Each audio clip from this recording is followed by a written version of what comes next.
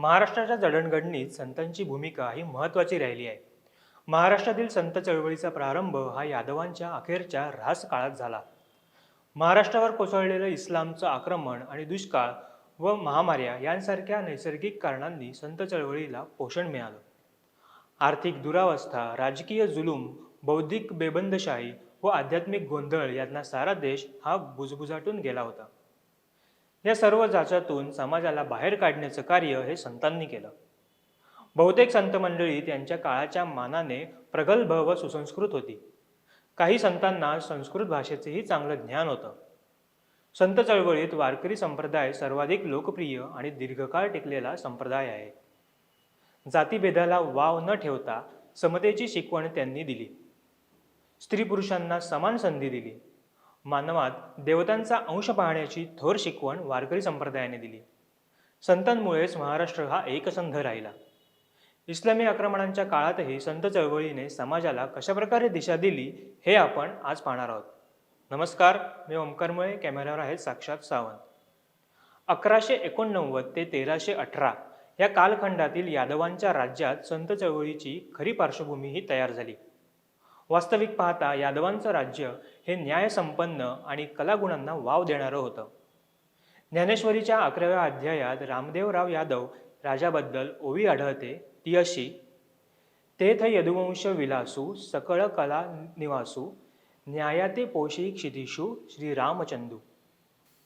या ओवीवरून यादव वंशातील रामदेवराव राजा न्यायी सकल कलांनी युक्त व यादव वंशाला ललामभूत असा होता असे दिसतं.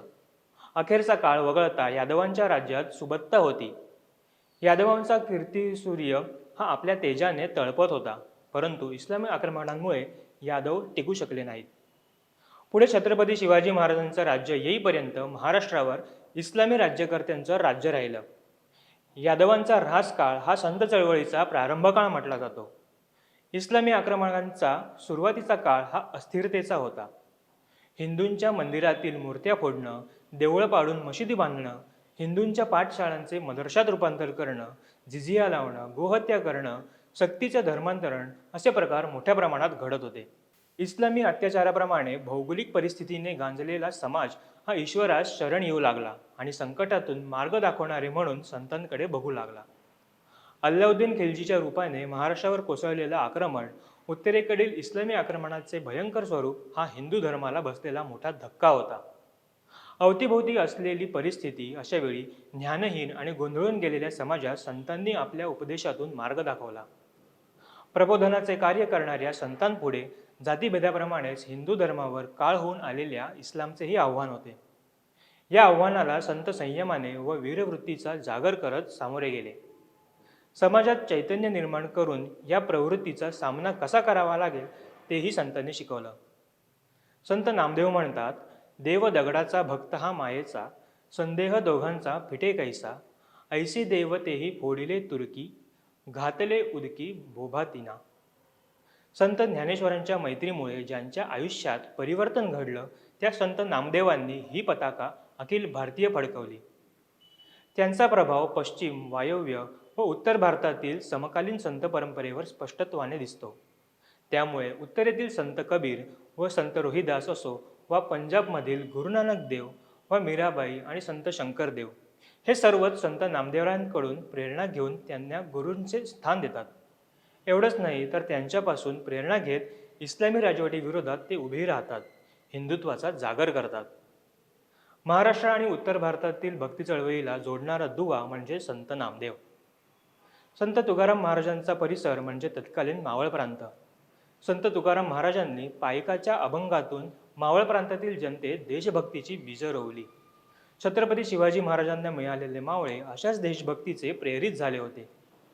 तुकोबांनी छत्रपती शिवाजी महाराजांची व हिंदवी स्वराज्याची वाट तयार करून ठेवली असं आपण म्हणू शकतो.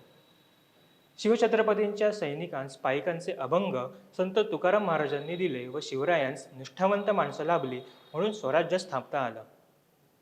छत्रपतींच्या स्वराज्य उभारणीच्या चळवळीमध्ये संत तुकाराम महाराज यांनी शिवाजीराजे यांना पाठवलेले अभंगही खूप महत्त्वाचे ठरतात.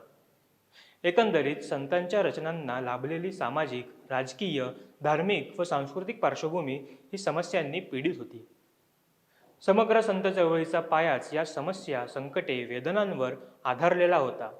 परकीय आक्रमणे, धर्मांवरील हल्ले, श्रद्धास्थानांची मोडतोड, जुलमी राजवटी, दुष्काळ व नैसर्गिक व भौगोलिक संकट, आर्थिक वातावरण, अनिती, दुराचार, व्यसनाधीनता, अंधश्रद्धा, कर्मठपणा या सगळ्या अडचणींच्या दुःखद पार्श्वभूमीवर उभी राहिलेली संत चळवळ ही पुढे राज्यातील समाजाला दिशा देणारी ठरली. पण ही लढाई संतांना दीर्घकाळ लढावी लागली हे विसरता येणार नाही. आजचा व्हिडिओ कसा वाटला हे आम्हाला कमेंट करून नक्की कळवा. व्हिडिओ आवडल्यास आपल्या आप्तेष्टांपर्यंत नक्की पोचवा. आणि हो, आमच्या फेसबुक पेजला लाईक आणि यूट्यूब चॅनलला सबस्क्राईब करायला विसरू नका. तुर्तास धन्यवाद.